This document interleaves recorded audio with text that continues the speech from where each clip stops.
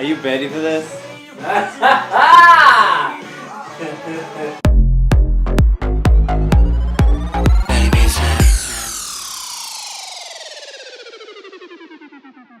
Hi everyone and welcome back to yet another episode of Betty Does RuPaul's Drag Race Season 11 Review! Because that's what we need. So first of all, I will be honest and tell you that this was not my favorite episode. I was bored, I did not laugh, and I do not want to watch it again. So Honey Davenport was booted off and the 5 remaining queens are relieved. Sugarcane even goes as far as to start crying. I'm like, girl, this is reality TV. But then again, we are talking about $100,000 here, so making it to the end would be pretty neat. I know that the queens are stuck in this TV studio, which means RuPaul's Drag Race is their entire life for the time that they're there. So of course, getting voted off or being close to leaving is the end of the world. It feels like the end of the world. But for me, as a viewer, I'm not really taken in on this emotional journey because I know this is reality TV. We need the highs, we need the lows, and if the queens don't make it themselves, RuPaul will make sure they are there. Thus far, RuPaul is not super excited with the way things are going for the queens, so this week will be really important. Not a lot of the queens are standing out. In fact, a very little amount of the queens are standing out, so we are all screaming for a challenge where they get to show a little personality. Please, just let them show a little personality.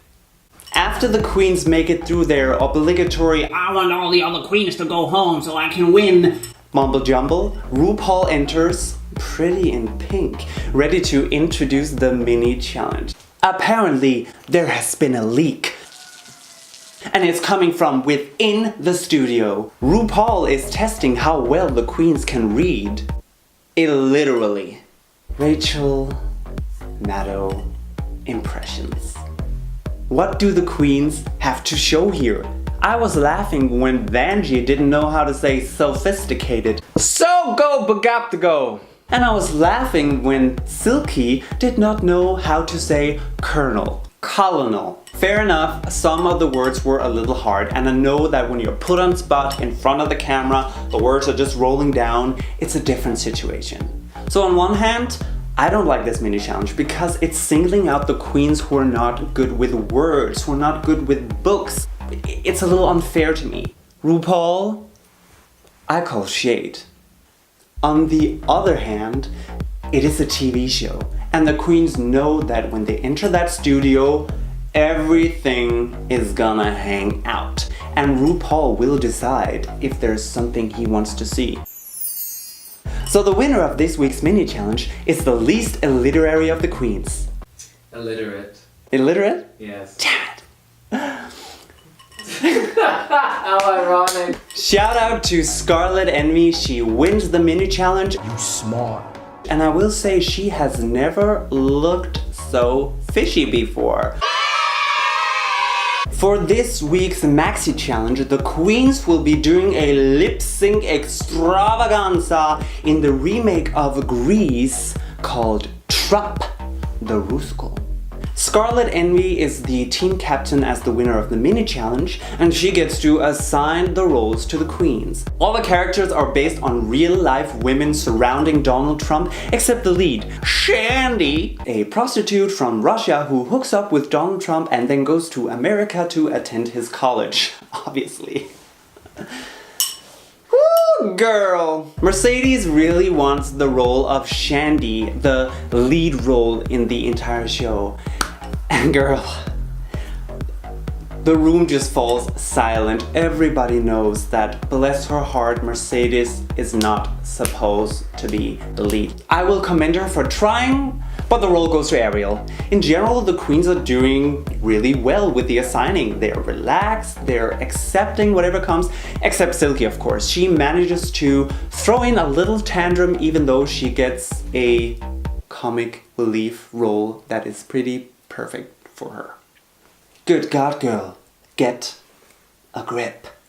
Even though Mercedes was safe in the last episode, RuPaul has got his eyes on her. Does she know about Ivanka Trump? Mercedes says no, but that she's going to work.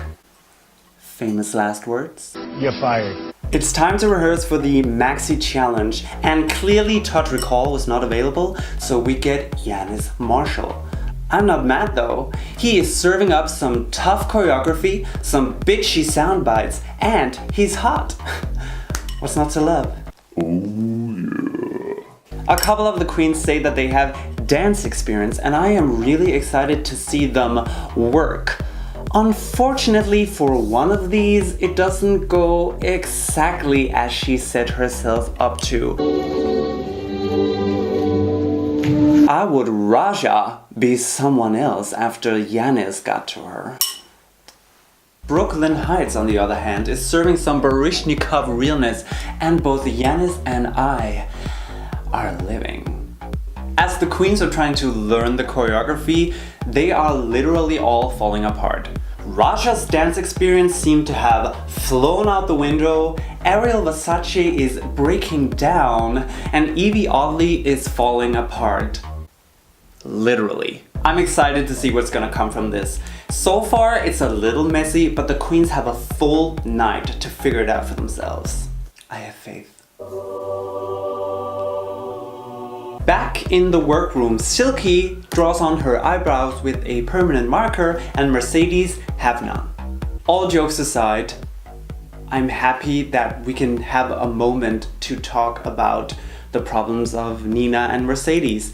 Nina is talking about how she was hated upon for being gay, even threatened, and at some point she feared for her life. And this is something that is going on, not just in America, but all over the world. Mercedes joins the choir by saying that she too feels scared for being a drag Muslim. That's the beauty of the show. Within just a couple of minutes, we can go from glitter, being gay, being happy, having fun, and all that jazz into something serious. Because being drag is being a minority. These people have real lives, they have real issues. And even though RuPaul's Drag Race is an entertaining show, it's also about real people with real issues and real experiences. Trump the Rusical. Stupid. So stupid. Anyways, RuPaul appears on the runway and he is looking like a dream. I am getting cotton candy waterfall realness. Aww. I have a few standouts performing wise. Silky Nutmeg Ganache, Evie Oddly, and Scarlet Envy did really good. But to be fair, they had time to do it. They each had a standout moment written in the musical, so the audience, me, had time to see them. There were other ones who did good. I think Sugarcane and Plastique Tiara and even Vanjie, even though she got critiqued by the judges, did really fine. But they were on for such a short moment of time that you really had to be fast to see that they did good. Shandy was a great character for Ariel Versace. She could not do anything really spectacular and still make it look like that's the way it was supposed to be. Because Shandy is a little bit like this. And perhaps Ariel Versace is a little bit like this too. So overall, I did not really like this Rusical, and that's because of the script. I just wasn't laughing. But I can see that Scarlett did an amazing job signing out the roles. Like, she really tried to help everyone. Even someone like Silky, who was not that enthused about playing Oprah, when it got down to it, we could see that was the right role for her. So the queens did great. They did the best they could with this material they were given. Time for the main runway. Category is Last night I had a dream I was drowning in an orange pool of soda, but I guess that was just a fantasy.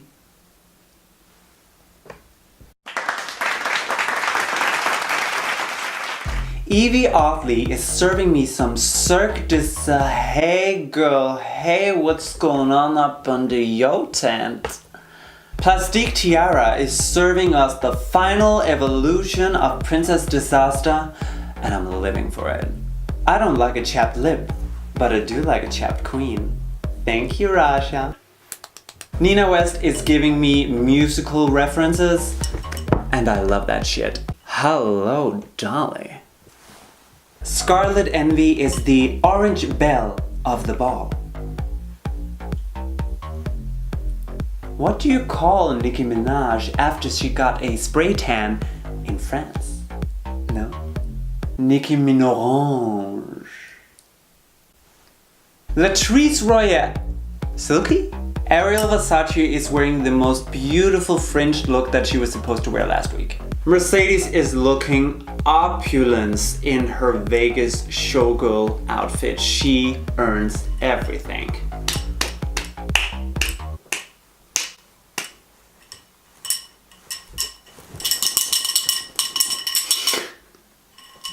Vanessa Vanjie is serving us the same look she's been giving every single week, but this time with a hat. It's not good enough for RuPaul's Drag Race. Last week, Sugar Cane's Pocahontas look was really great, but to me, she trumped it this week. Hold up a minute. Brooklyn Heights look so damn sexy in her runway this week. Thank you. I am dead and revived. It killed me and brought me back to life.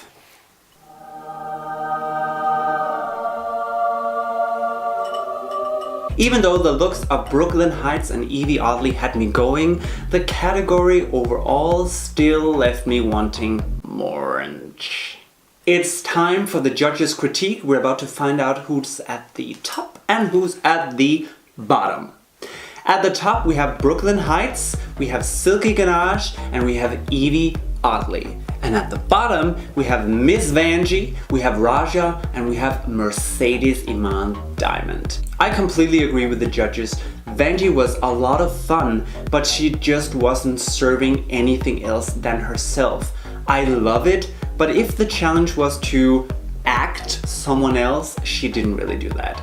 Mercedes wasn't as bad as I had predicted she would be, but she did blend in the background. To be fair, a lot of queens did in this challenge because there were so few standout moments written into the script.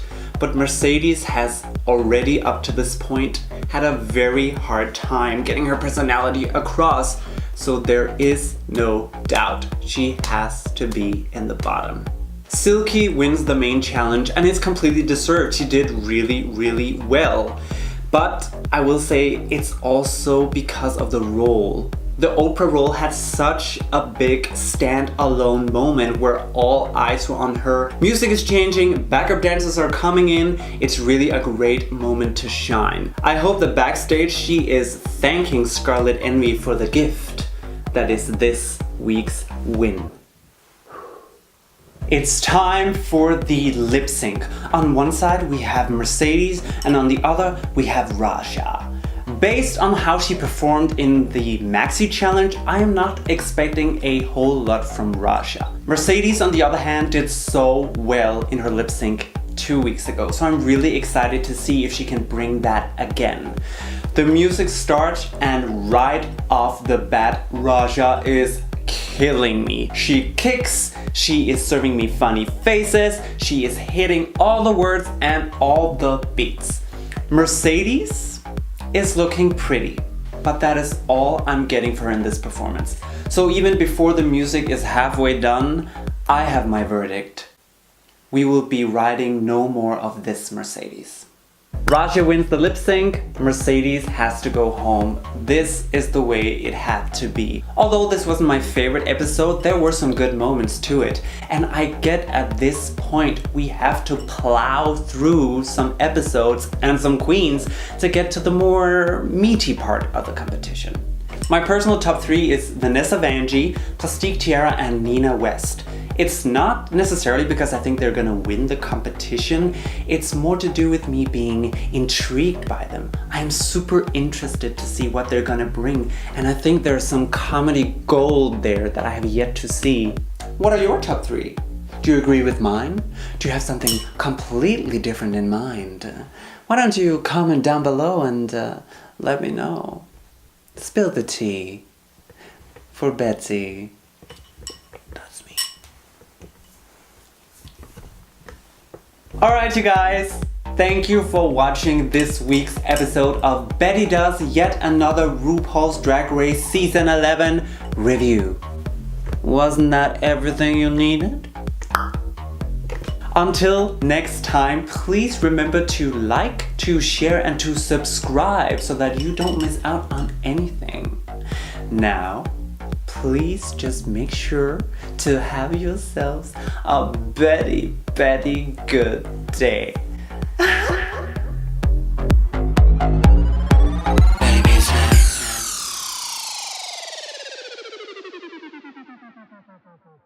Yeah!